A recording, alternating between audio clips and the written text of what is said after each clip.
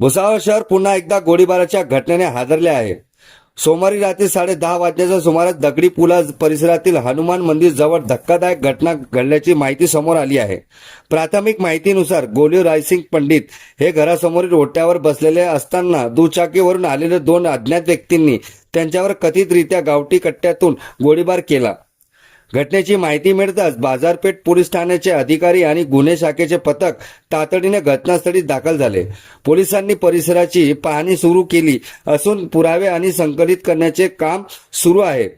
गोळीबाराचे नेमके कारण काय, किती गोळ्या झाडण्यात आले, या घटनेचे कोण जखमी झाले का, हल्लेखोर कोण आहेत, या सर्व प्रश्नांची उत्तरे अद्याप समोर आलेली नाहीत।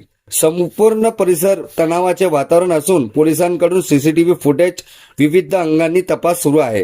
ही बातमी प्राथमिक माहितीनुसार असून पोलीस तपासानंतर अधिकृत माहिती समोर आल्यानंतर त्यानुसार पुढील अपडेट दिले जाईल। अशाच वेगवान आणि विश्वासार्ह बातम्यांसाठी दैनिक लेटेस्ट न्यूजला सबस्क्राईब करा, व्हिडिओला लाईक करा आणि बेल आयकॉन नक्की दाबा।